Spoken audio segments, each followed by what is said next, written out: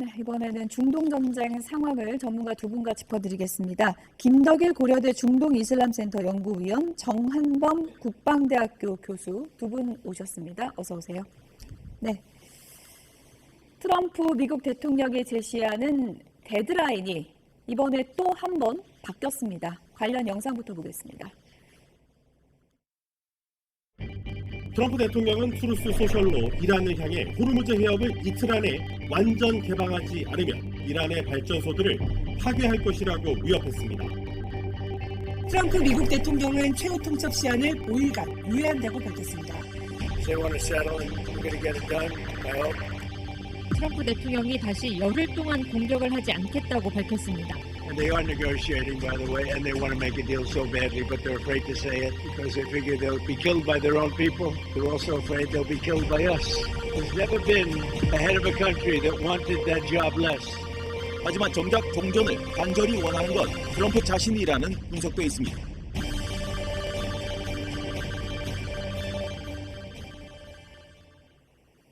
네, 공습 유예 데드라인이 또 바뀌었습니다. 날짜가 이렇게 계속 바뀌는 건 좋은 신호입니까? 나쁜 신호입니까? 아직 그 협상까지 지금 계속 트럼프는 협상을 하고 있다고 하지만 네. 아직 협상 단계까지는 가지 않고 있고 이란 측으로부터 제안을 넘겼고요. 이란도 중재국을 통해서 미국 측의 제안을 받고 또 중재국을 통해서 자신들의 뭐 제안을 넘기는 그런 단계이기 때문에 아직 본격적인 협상에 들어간 거라고 보기는 힘들 것 같고요. 예. 계속해서 연기한다는 걸 봤을 때는 우선 협상 단계까지 가기 전에 뭔가 이란 측에서 반응이 안 나오고 있기 때문에 좀 더 기다려보자는 측면도 있을 것 같기도 하고 예. 다른 측면에서 보자면은 어떻게 보면 이제 군사 작전을 다시 재개하기 전에 조금 더 시간을 벌기 위한 측면도 저는 있다고 생각합니다. 네. 어찌됐든 날짜는 지금 여러 번 바뀌고 있는 그런 상황인데 이렇게 날짜 바꾸는 거에 대해서 트럼프 미국 대통령의 이제 큰 방향이 그래도 공습보다는 협상 쪽이 아닌가 이렇게 보는 시각도 있습니다. 그렇다고 봐야 되겠죠. 만약에 강경 일본도로 갈 것 같으면 지금 계속해서 이란에 폭격을 가하면서 이란의 전력을 약화하는 쪽으로 가야 될 텐데 사실 뭐 두 가지 측면이 있습니다. 이미 이란의 어떤 핵심 시설들이 상당히 좀 무력화된 측면이 있고요. 또 지금에 와서 추가적으로 한다고 했을 때 이제는 이제 한계 효용의 법칙. 그러니까 지금 때리는 것들이 과연 계속해서 이런 강공 정책을 하는 것만큼의 효과가 있느냐. 이런 것을 좀 이제 보고 있는 것 같습니다.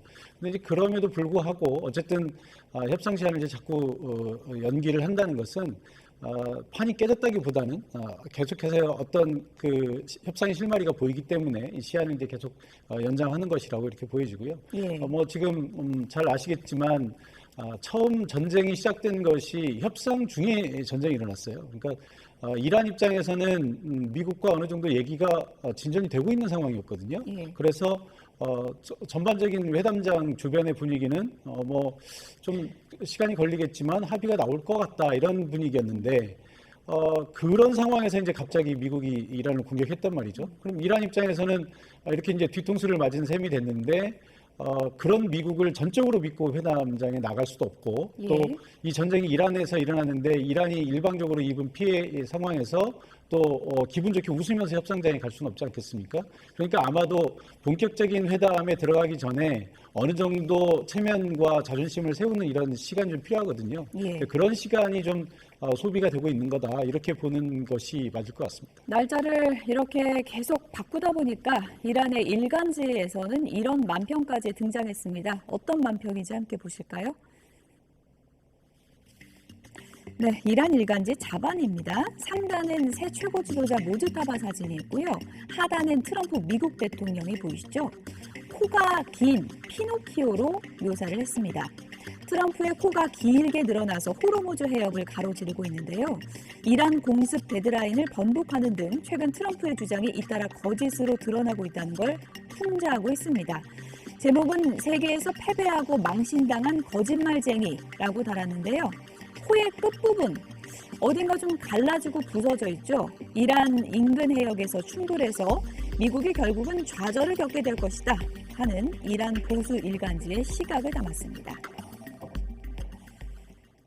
네, 피노키오로 묘사한 만평을 보셨는데 우리식으로 얘기하면 뭐 양치기 소년 뭐 이렇게도 표현할 수 있을 것 같아요. 뭐 트럼프 대통령 협상 중에도 공격했었고요. 말을 계속 바꾸고 뭐 지금도 계속 유해만 지금 두 번째 나오고 있어서 그런 어떤 불신 같은 걸 묘사한 거라 볼 수 있겠는데 여기서 이제 알 수 있는 것은 보수 일간지라고 얘기가 나왔습니다. 예. 그러니까 이것은 이란 일반 국민들 시각을 대변하기보다는 현재 친정부 매체의 시각이라고 볼 수 있을 것 같죠. 그리고 특히나 이란 같은 경우에는 이제 독재 정권이다 보니까 언론의 자유 같은 게 없습니다. 그래서 이것은 정부의 시각을 반영하는 건데요. 이란 정부는 제가 봤을 때 충분히 이렇게 느낄만 하죠. 예. 트럼프에 대해서 여러 번 뭐 뒤통수를 맞았다고 생각을 하니까요. 공습 테드란이라고 하면 굉장히 긴장하고 있을 텐데, 예, 그죠? 예. 계속 날짜를 바꾸니까 저런 만평이 나올 만도 하겠어요. 나올 만도 예. 하고 결국에는 이제 우리가 이길 것이라는 이제 결말을 이제 보여주고 있는 거죠. 끝에가 갈라진 걸 봤을 때. 그래서 예. 이란 정부의 어떤 시각을 단편적으로 보여주는 것이라 생각합니다. 네.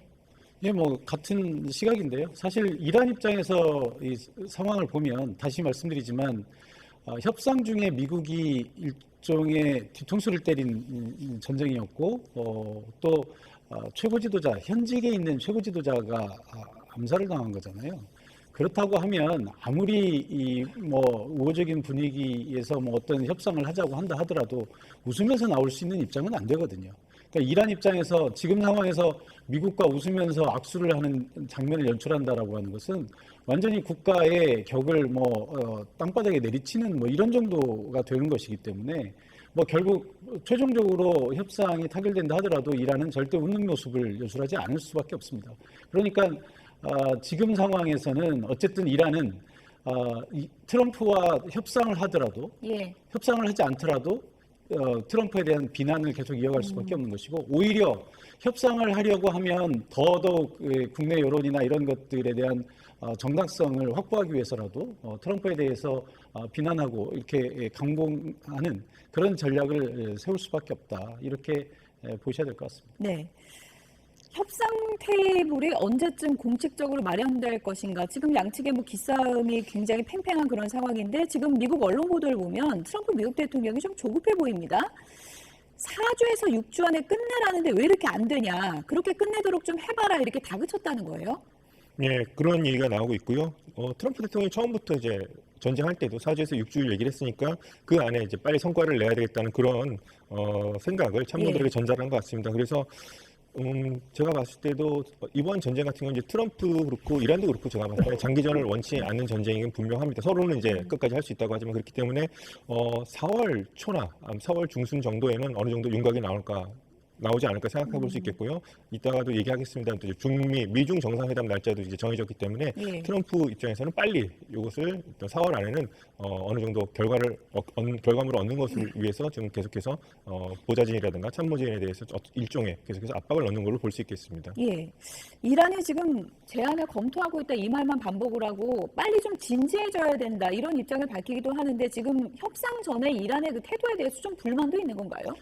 그렇겠죠. 이게 뭐 트럼프 대통령이 그러니까 이제 역지사지를 이제 못하는 거죠. 어떻게 예. 보면 지금 이란은 일방적으로 맞았기 때문에 절대로 웃으면서 나올 수도 없고 예. 또 협상이 속내에는 협상을 하고 싶어도 겉으로 어떻게 정말 하고 싶다고 하면서 나올 수 있겠습니까? 그러니까 아마도 누군가가 중간에서 강하게 이제 중재를 하고 이란은 마지못해 끌려 나오는 모습.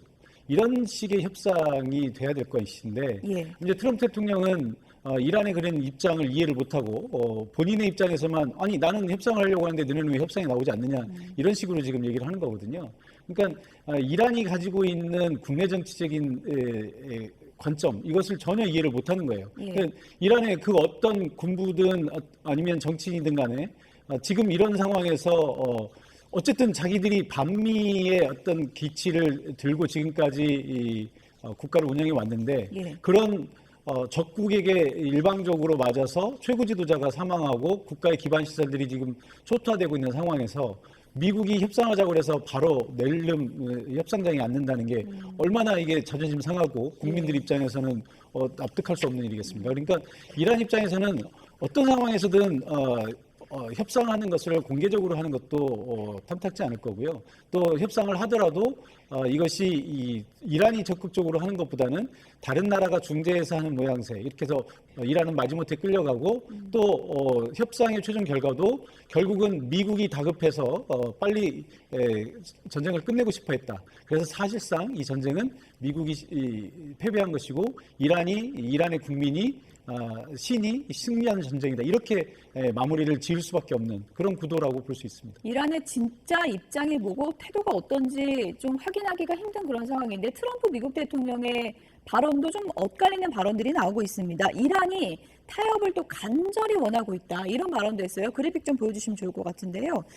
이란 지도부가 협상 타결을 간절히 원하고 있다. 이렇게 이제 발언을 했고요. 자국민들에게 살해를 당할까봐 두려워서 지금 협상은 굉장히 하고 싶은데 말을 못하고 있는 거다. 우리에게 또 죽임을 당할 수 있을 것 같아서 그 자리에 가는 게 싫을 것이다. 이런 발언을 했거든요. 이건 어떤 통로로 좀 입수된 정보일까요? 이란 트럼프 대통령이 지금 일방적으로 얘기하는 부분이 있죠. 그러니까 이란이 그렇게 하지 않았는데 이란에 요청했다는 식으로 얘기하고 이런 걸 봤을 때 지도부 쪽에 어떻게 보면 좀 분열을 노린다는 것도 볼 수 있겠고요. 예.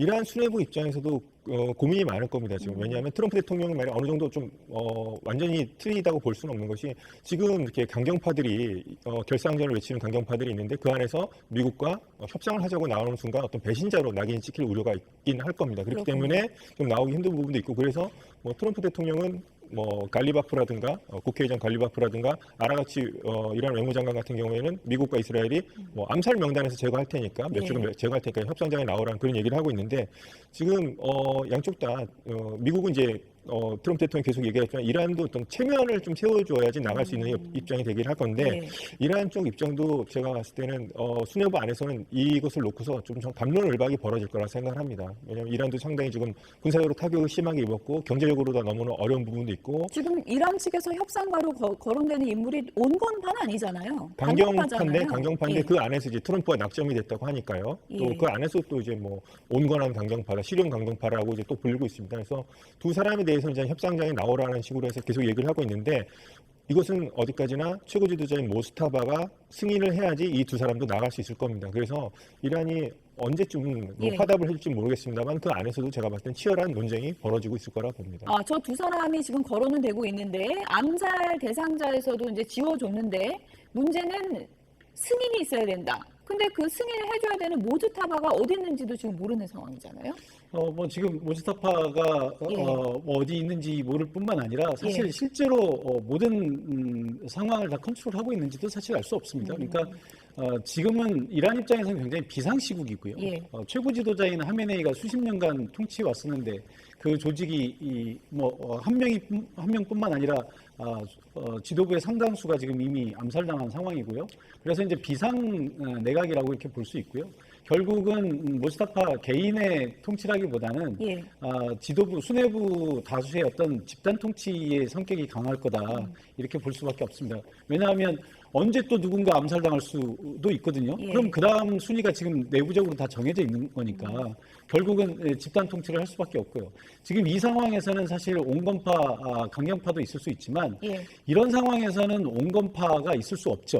엄밀히 얘기하면 지금 이란의 그 누구가 지금 미국과 협상합시다 이런 얘기를 누가 할 수 있겠습니까?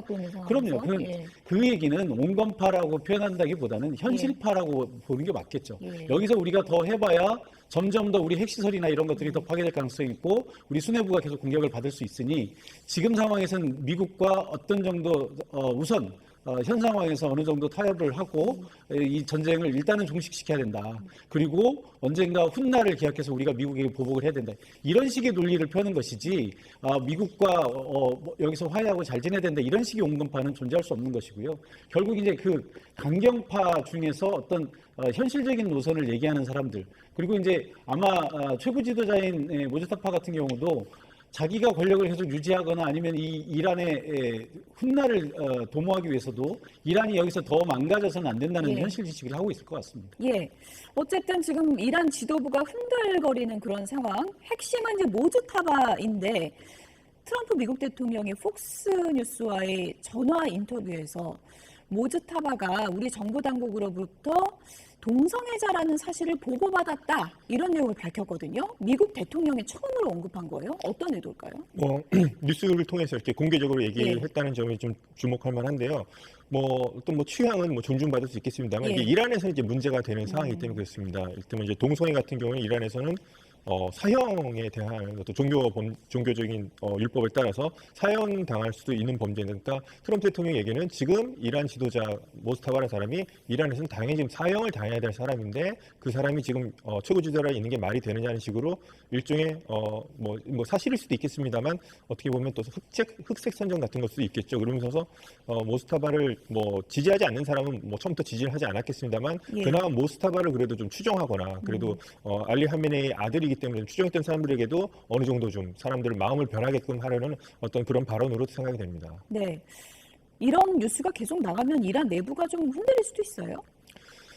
모스타바를 추종했고 모스타바를 지지했던 사람들 사이에서는 어느 정도 이렇게 제가 봤을 때는 좀 흔들릴 가능성이 있어 보이지만 예. 원래부터 반체제라든가 반정부 시위에 나왔던 사람들은 크게 흔들릴 가능성은 없어 보이긴 합니다만 네. 역시나 트럼프 대통령이 계속 노리는 것은 지도부 안에 어떤 분열을 계속 노리는 것으로 저는 볼 수 있겠습니다. 어쨌든 지금 미국 언론들의 보도를 보면 트럼프 미국 대통령은 출구를 찾고 있고 좀 조급해진 그런 상황인데 종전이 언제쯤 될까? 이 부분은 미중 정상회담 날짜 보면은 대충 감을 잡을 수 있다 이런 분석이 많더라고요.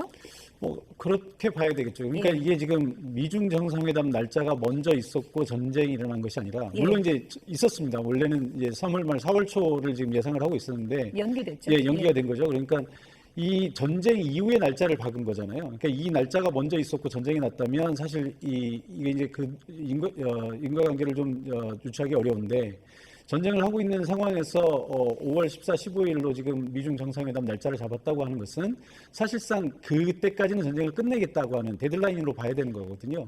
과거에 그 하노이 북미 정상회담 할 때나 또 지난주에 있었던 다카이치 총리와의 이 트럼프 대통령의 정상회담 할 때 예. 점심 약속을 일방적으로 취소한 이런 상황으로 봐서는 트럼프 대통령이 다른 뭔가 중요한 일이 있는 상황에서 정상회담에 집중을 하지 못합니다. 예. 그러니까 아마도 이 일을 끝내놓고 그리고 미중 정상회담을 하려고 하는 그런 생각을 할 가능성이 높고요. 그런 의미에서 본다면 이건 중요한 날짜로 볼 수 있다 이렇게 생각이 됩니다. 김도희 교수님, 저기 그래픽 좀 봐주실래요? 지금 보면은 22일 4월 말에는 또 3급 받으러 가야 되고 네. 그리고 정상회담도 하려면 그 전에는 좀 끝내야 된다는 일정이 나오거든요. 그렇죠. 그 전에 끝내고 어느 정도 자신이 어떤 승리자라는 모습으로서 시진핑 주석을 만나고 싶을 것이고요. 승리자로. 예, 승리자의 어떤 모습으로서 만나고 싶을 것이고요. 그렇기 때문에 참모진에게도 계속 압박을 가했다. 언제 끝내냐 계속 자꾸 묻는다는 얘기 자체가 그것에 대해서 상당히 좀 민감하게 지금 생각하고 있다는 점을 또 보여주는 전 증거라고 생각합니다. 네, 과연 미중 정상회담 전에 트럼프 미국 대통령이 원하는 대로 출구를 찾을 수 있을지는 좀 지켜봐야 될 것 같은데 협상 분위기도 거론되고는 있지만 확전을 우려하는 시각도 많습니다. 다음 영상 보시죠. Gave us a present, and the present arrived today. It was a very big present worth a tremendous amount of money. 이란으로부터 받았다고 말했던 큰 선물은 호르무즈 해협으로 열척의 유조선이 지나가도록 한 것이었다며 진정성을 확인했다고 말하기도 했습니다. They said to show you the fact that we're real, it's solid, and we're there. We're going to let you have 8 boats of oil. They then apologized for something they said, and they said, we're going to send 2 more boats. I think you're taking control of Iran's oil. It's an option. I mean, I wouldn't talk about it, but it's an option. Well, in Venezuela, we've done very well working with Venezuela.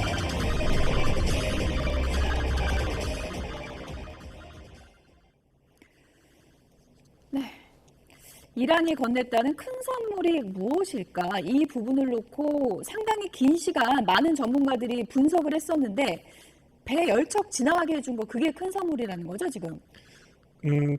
트럼프 대통령이 예. 생각했던 이제 큰 선물로도 볼 수 있고 예. 이것은 어떤 유가 시장 같은 데 주는 어떤 신호라고 저는 봅니다. 그래서 완전히 이제 막혀 있을 것이라 생각했었고 특히나 미국 같은 경우에는 이것이 해당이 안 될 거라 생각했는데 네. 이란 측과 어떻게 얘기가 잘 돼서 자신에게 선물을 줬다는 것은 이런 좀 유가가 지금 많이 오르고 있는데 시장에 주는 트럼프 대통령이 주는 좀 사인이라고 볼 수 있겠고요. 어느 나라 선박인지는 지금 확인이 안 되는 거죠? 예, 확인이 안 되지만 예. 선물이라고 했으니까 뭐 이란 측이 그렇게 트럼프 대통령의 제안에 대해서 뭐 전향적인 자세를 보여줬다. 예. 그러니까 호르무즈 해협에 대해서 앞으로 안정될 가능성이 높다는 그런 이제 신호를 시장을 향해서 좀 보여주는 거라고 저는 생각을 합니다. 네. 트럼프 미국 대통령이 다른 것보다 이번 전쟁을 통해서 노리는 것이 이란산 석유 통제권을 장악해버리는 거다. 그게 선택지 중 하나다. 이런 얘기가 있습니다. 좀 현실화 가능성이 있다고 보세요? 글쎄요, 뭐 결론부터 얘기하면 현실성이 거의 없는 얘기다 이렇게 얘기할 수밖에 없고요. 예. 베네수엘라와 이란은 뭐 완전히 다르죠. 베네수엘라는 이제 부패한 독재 정권의 지도부만 제거하면 미국이 어느 정도 통제할 수 있는 국가라고 할 수 있지만 사실 베네수엘라는 그래도 어쨌든 서구 문명 국가거든요. 그런데 이란은 완전히 문명권 자체가 다르지 않습니까? 그러니까 아무리 이 수뇌부를 제거한다고 해도 일반 기층 민중들의 미국에 대한 인식까지 바꾸기에는 수십 년의 시간이 걸릴 수밖에 없는 거고요. 예. 만약에 이란 정권이 지금 상황에서 미국과 협조한다 그러면 이란 내부에서 이란 정권을 향한 테러가 나타날 수도 있습니다. 그러니까 그게 이제 쉽지 않은 얘기고 설령 지금 이란의 석유 시설을 미국이 장악한다거나 아니면 수출선을 미국이 통제한다고 하더라도 이란 입장에서는 만약에 미국에게 그걸 넘길 바에는 차라리 그걸 세상에서 없애버리는 게 낫다는 판단할 수 있습니다. 그래서 지금 예를 들어서 하르그 섬을 미국이 일방적으로 점령한다 그러면 물론 이것이 이제 어떤 미국이 이 협상 카드로서 점령을 해서 이란과 협상 카드로서 주고받는 데 사용된다면 모를까. 예. 정말로 미국이 이것을 영구히 내지는 반영구적으로 점령한다 그러면 이란은 차라리 그 하르그 섬에 있는 석유 시설을 다 파괴해버릴 겁니다. 예. 그렇게 되면 오히려 미국이 생각하는 석유 시설을 장악하는 것이 아니라 전 세계의 유가에 아주 치명적으로 뭐 지금 150달러, 200달러 얘기 나오고 있는데 아마 하르그 섬에 있는 모든 석유 시설들이 다 망가진다 그러면 300달러, 400달러도 충분히 가능한 시나리오이기 때문에 그것은 뭐 최악의 상황이라고 봐야 되겠죠. 네, 그러니까 지금 하르그 섬 저희가 이제 계속 보여드리고 있는데 하르그 섬 점령 시나리오 미국이 준비하면 우리도 배수이진 쳐버리면 된다. 지금 이란은 그러고 있다는 거예요. 네.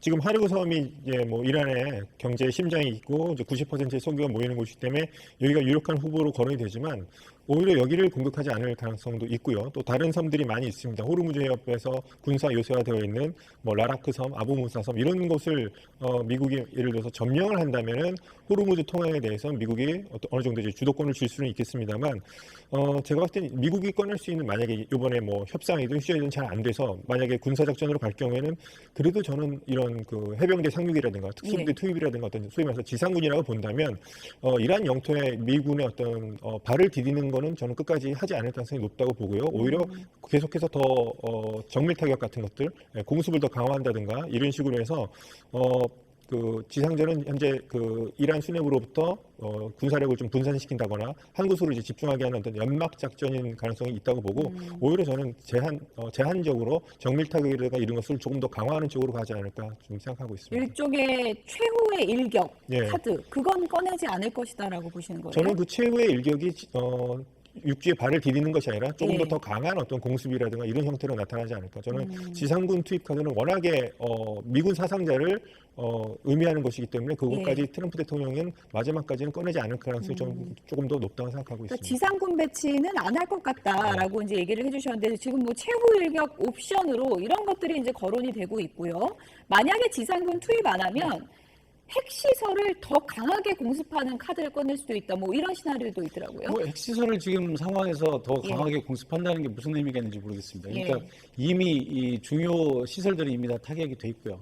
그다음에 설령 지금 타격하지 않는다고 하더라도 이란이 지금 상황에서 핵농축을 더해서 핵무기를 만들 가능성은 당분간 수십 년간은 불가능하다라고 이렇게 봐야 되는데 지금 상황에서 핵시설을 타격하는 것은 뭐 글쎄 미국에게 어떤 이익이 있는지 이란에게 어떤 타격이 있는지 잘 모르겠고요. 예. 지금 나오는 시나리오들로 보면 이 이란의 석유, 그러니까 이란의 경제의 핵심은 석유이기 때문에 이 원유 시장의 핵심인 하르그 섬이라든지 아니면 호르무즈 해협 통행에 결정적인 영향을 미치는 어떤 거점들 이런 지역들을 점령하는 것 이외에 미국이 할 수 있는 것이 과연 무엇이 있을까? 저는 뭐 그밖에 다른 작전들은 미국의 희생에 비해서 얻는 것이 거의 없다 이렇게 예. 생각이 됩니다. 지금 뭐 각종 언론 보도에서 지상군 파견 계획 관련해서 이제 보도가 계속 나오고 있고요. 월스트리트 저널은 기존 병력에다가 보병, 기갑부대 10,000명을 지금 추가로 파병하는 방안도 검토하고 있다. 이런 얘기가 나오고 있거든요. 그런 얘기가 계속 나오면서 예. 이란 쪽으로 하여금 계속해서 이제 압력을 가하는 저는 어떤 그 군사적 압박의 어떤 메시지라고 생각을 하고요. 가장 좀 트럼프 대통령이 우려하는 것은 미군 사상자가 늘어나는 것이라 생각을 하고요. 지금 뭐 지상전을 만약에 감행한다고 하더라도 지금 이렇게 많은 병력이 모인 것 같지만 실제로 이란을 정말 어떤 점이 아니라 선 넘어서 면으로까지 점령하려고 한다면은 이 병력은 상당히 좀 너무나도 적은 병력이기 때문에 이것은 이란 현재 어떤 군부라든가 지도부를 좀 압박하고 좀 혼란을 주기 위한 그런 좀 연막 작전이라고 저는 생각을 하고 실제로 지상전을 펼치고 정말 육군이 들어와서 점령하거나 이런 정도까지 하려면은 저는 희생자도 많이 나올 뿐만 아니라 지금까지 있는 그 미군의 병력 숫자를 배치된 병력 숫자를 봤을 때는 턱없이 좀 부족한 숫자이기 때문에 그 정도까지는 나갈 것 같아 보이지 않습니다. 해병대 몇천 명, 거기다 뭐 보병 등 10,000명 뭐 이렇게 해도 점령 시나리오까지는 아닐 것이다. 겁주기용일 것이다라는 분석인데 동의하십니까? 예, 저는 그렇게 생각하고요. 지금 앞서도 말씀드렸습니다만 하르드 섬이라든지 아니면 호르무즈 해협의 어떤 거점들 이런 데 점령할 수 있습니다. 일시적으로. 그런데 그것도 영구적으로 점령을 한다고 하면 앞서 말씀드린 것처럼 이란이 미국에게 주느니 차라리 없애버리는 게 낫겠죠. 예, 그런 상황으로 가지는 않을 거고요. 아마도 그걸 점령하고 나서 이란에게 어떤 협상 카드로 이것을 돌려받고 싶으면 이것을 양보해라. 뭐 이런 식의 협상 카드로 쓸 수 있다고 생각을 합니다. 그러니까 그 이상의 지상군 투입을 하는 순간 물론 이란으로서도 사실 이 전쟁을 더 하고 싶지는 않겠죠. 이 전쟁이 다른 나라 영토에서 벌어진 게 아니라 이란 영토에서 벌어진 것이기 때문에 이란 입장에 당연히 전쟁을 안 하고 싶겠지만 이왕 전쟁이 되고 이판사판으로 가게 된다면 오히려 이란은 그러면 한번 해보자. 이제 지상전이 시작되는 순간 이제 거꾸로 지옥이 이란에게 지옥이 아니라 미국에게 지옥이 될 것이다라는 생각이 아마 이란에게 강할 겁니다. 그래서 하루 지날 때마다 미국의 사상자가 몇 명 나왔다는 것이 미국 뉴스에 아침 뉴스마다 이렇게 나오게 될 거고요. 그렇게 되면 뭐 트럼프 대통령은 아마도 몇 달이 아니라 몇 주를 견디기 힘들 정도의 정치적인 궁지에 몰릴 가능성이 높죠. 그러니까 지금 상황에서 이 어떤 그 지상군의 움직임이나 이런 것들은 1차적으로는 이란에게 전향적으로 나오게 하기 위한 강력한 압박용, 그러니까 협상을 위한 압박용일 수 있고요. 두 번째는 이 협상이 실패했을 때 그래도 뭔가는 보여줄 수밖에 없는 이런 상황이 선택지가 있을 때 그때 가서야 움직임이 너무 늦으니까 그래서 플랜 B의 성격으로 움직이는 것이 있다. 다만 전면전은 여전히 선택지 없다. 이렇게 봐야 되겠죠. 어쨌든 이란은 겉으로는 눈에는 눈, 지상군 보내봐라. 우리는 지금 그러면 100만 명 이상 조직했다. 이렇게 맞받아 쳤거든요. 이거는 현실성 있는 거예요? 100만 명? 100만 명. 예를 들어서 지금 혁명 수비대가 대략 15만, 20만 보고요. 그다음에 지금 거의 언급이 안 돼요. 이란에 정규군도 있습니다. 그렇군요. 정규군도 지금 혁명 수비대만 조명이 돼서 그렇죠. 정규군이 대략 한 40만 명. 그다음에 바시지라고 해서 혁명 수비대 밑에 있는 청소년, 청년 조직들이 있습니다. 그러니까 주민 감시하거나 시위 진압하는 바시지를 상시 동원할 수 있는 대략 60만 명 친다면 100만 명이 넘는 숫자긴 한데 제가 지금 사우디아라비아 쪽 이제 언론이긴 합니다만 알아라비아라는 곳에서 이제 보도된 바에 따르면 이런 그 청년 민병대에 입대하는 나이를 자발적으로 입대를 받는다고 하지만 나이를 낮췄다고 합니다. 12살. 소년들도 입대가 가능하게끔 해서 검문소를 순찰하거나 이런 업무를 시킬 수 있게끔 하겠다고 하는 걸 봤을 때 이게 100만 명 숫자는 분명 맞습니다. 혹시 이게 어떻게 보면 인력난이 있기 때문에 어린 소년들까지 이렇게 하는 게 아니겠는가. 어떻게 보면 이제 우리가 이제 단결해서 싸우는 모습을 어린 소년들까지 싸운다는 모습을 연출할 수도 있겠습니다만 어떤 면에서는 상당히 좀 이란으로서도 지금 100만 명을 자랑하고 있지만 상당히 좀 부담감을 느끼는 거 아닌가. 특히나 이란은 미국은 물가와의 전쟁을 하면서 이 전쟁을 해야 되는 부담도 있습니다만 이란은 미국과도 싸워야 되지만 안에 지금 반정부 시위의 어떤 불길이 아직도 숨어 있기 때문에 안에 내부 단속까지도 하면서 또 전쟁을 치러야 되는 그런 점이 있기 때문에 이란으로서도 상당히 제가 봤을 때 100만 명 자랑하는 것은 미국에 우리가 밀리지 않는다는 일종의 저는 엄포라고 생각합니다. 우리 다 단결할 수 있다. 하지만 실제로는 그렇지 않을 가능성이 높다. 뭐 이란에서 피노키오 만평이 나올 정도로 트럼프 미국 대통령이 데드라인을 계속 지금 연장하고 있는 게 결국은 유가 때문 아니냐. 유가가 너무 뛰다 보니까 눈치 보는 거 아니냐 이런 얘기가 많이 나오고 있는데 이란 입장에서 어떨까요? 시간은 우리 편이다 이런 생각할 수도 있지 않을까요? 글쎄요, 뭐 당연히 시간은 이란 편일 가능성이 높습니다. 예. 그러나 다시 말씀드리지만 이 전쟁이 이란 땅에서 일어나고 있다는 것은 사실 이란으로서도 굉장히 고통스러운 일이죠. 그러니까 뭐 전쟁이 다른 나라 땅에서 일어난다면 이란이 뭐 시간이 우리 편이면 견뎌보자 이렇게 할 수 있겠지만 예. 지금 어쨌든 하루하루가 이스라엘과 미국의 공습에 대한 두려움 그리고 또 이란 지도부에 대한 제거 작전들 이런 것들에 대한 걱정들로 지금 날이 지나고 있기 때문에 이란으로서도 전쟁을 계속하는 것은 그다지 달가운 일은 아니죠. 그래서 뭐 굳이 이거 시간에 누구 편이냐를 따지자면 이란 편이라고 할 수 있겠지만 예. 이란으로서도 전쟁을 어쨌든 빨리 끝내야 될 요인은 분명히 있다고 봅니다. 네. 트럼프 미국 대통령 어쨌든 전쟁이 좀 길어지면서 동맹국들에게 좀 도움을 좀 호소하기도 했는데 반응은 좋지 않았습니다. 나토에 진짜 실망했고 절대로 잊지 않겠다 이렇게 오늘 밝혔더라고요. 예, 그렇게 약간 좀 뒤끝이 있는 모습을 예. 얘기를 했는데요.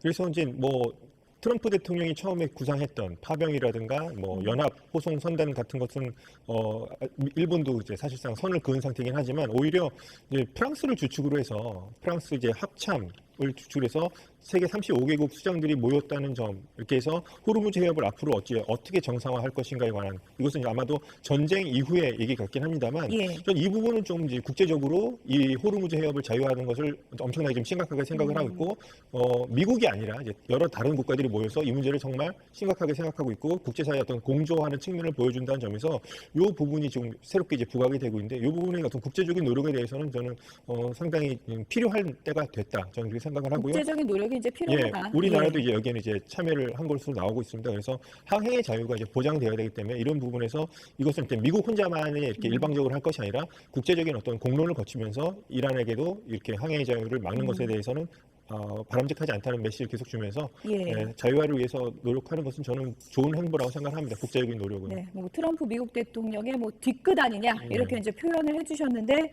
뒤끝은 맞는 것 같습니다. 영국 총리에 대해서는 사랑스러운 사람이라고 생각을 했는데 이번에 충격적인 일을 했다 이렇게 이제 표현을 했거든요. 이렇게 얘기하면서 호르무즈 해협이 당신들 일이 아니면 우크라전도 내 일이 아니다 이렇게 표현을 했습니다. 그건 어떻게 해석해야 될까요? 뭐 말씀하신 것처럼 정말 이 뒤끝 장렬 뭐 예. 이렇게밖에 얘기할 수 없는데 사실 이 전쟁은 뭐 어처구니 없이 시작된 거잖아요. 그러니까 앞서도 말씀드렸지만 미국과 이란이 뭐 굉장히 대립을 하고 있는 상황에서 전쟁이 났다면 모를까.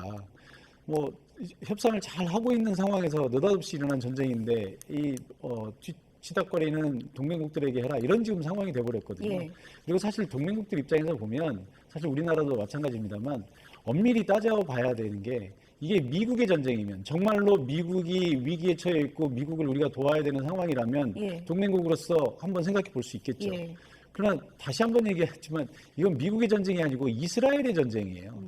이스라엘이 일으킨 전쟁에 미국이 끌려 들어간 거거든요. 예. 왜 그러면 내 친구가 어려울 때는 내가 친구 도와줄 수 있지만 그 내가 알지도 못하는 친구의 친구를 내가 왜 도와줘야 되느냐는 문제가 생기는 거거든요. 예. 사실 우리나라를 비롯해서 나토 등 간에 물론 이제 뭐 이스라엘과 개인적으로 뭐 개별적으로 친한 나라들도 있겠지만 예. 이스라엘이 자기 국내 정치적인 이유 때문에 시작한 전쟁을 왜 네. 우리까지 끌려 들어가서 이렇게 이건 뭐 과거에 세계대전이 그런 식으로 일어나지 않았습니까? 그러니까 사실 이게 쉽게 그렇게 받아들일 수 있는 건 아니고요. 뭐 예. 트럼프 대통령이 아무리 저렇게 얘기하더라도 국제사회에서 쉽게 움직일 수는 없다. 다만 지금 상황에서 어쨌든 이제 전쟁을 끝내는 데에는 국제사회가 좀 움직여야 될 텐데 그래서 이 전쟁을 끝내는 것은 이제 미국과 이란이 마크 협상을 통해서 어느 정도 하고 나면 예. 그 다음에 호르무즈의 항행의 자유라든지 석유 수출이라든지 이런 것들에 대한 질서 회복 이런 것들은 나토나 이 한중일 이런 나라들이 같이 들어가서 미국은 빠지고 이런 나라들이 중간에서 중재해서 일을 해결할 수 예. 있는 그런 방향으로는 모색할 수 있지 않을까 생각이 됩니다. 어쨌든 나토에 실망했고 절대 잊지 않겠다라면서 영국과 독일을 강조한 트럼프 미국 대통령의 발언을 소개해드렸는데 이렇게 되면 미국이 우크라전도 발 빼려고 하고 네. 그리고 원유 제재도 풀리고 결국은 지금 계산서를 두드려 보면은 러시아가 제일 이익 아니냐 이런 얘기 계속 나오고 있거든요. 네, 일종의 이제 모순이 되고 있죠. 예. 나토의 어떤 최대 가상의 적이라고 하면 러시아라고 볼 수 있겠고요. 우크라이나전에서 필요한 무기들까지 현재 지금 중동 쪽으로 이제 부족한 부분을 채우기 위해서 이동된다는 얘기까지 나오고 있으니까 호르무즈 해협의 어떤 사실상 봉쇄 상태에서 러시아산 석유가 웃돈을 받고 지금 거래가 되는 상황이었고 예. 그렇게 하면서 러시아에게 어떤 재정 수입을 안겨주고 그럼 러시아 우크라이나 전쟁에서 잠깐 경제적으로 이득을 주는 상황이 되고 오히려 나토가 지원한 우크라이나가 어떻게 보면 수세에 몰리게 되는 이런 상황이 되기 때문에 예. 일종의 좀 이 미국과 이란 전쟁의 어떤 나비 효과라고 할까요? 그것이 어떻게 러시아에게 생각지도 않은 이제 어부지를 주게 되면서 유럽이라든가 지금 러시아 우크라이나 판도까지도 영향을 줄 수 있지 않을까 생각해 볼 수 있겠습니다. 푸틴의 표정이 밝겠군요. 네, 푸틴은 웃고 있을 겁니다. 지금. 예. 여기까지 듣겠습니다. 김덕일 고려대 중동이슬람센터 연구위원, 정한범 국방대학교 교수 두 분이었습니다. 고맙습니다.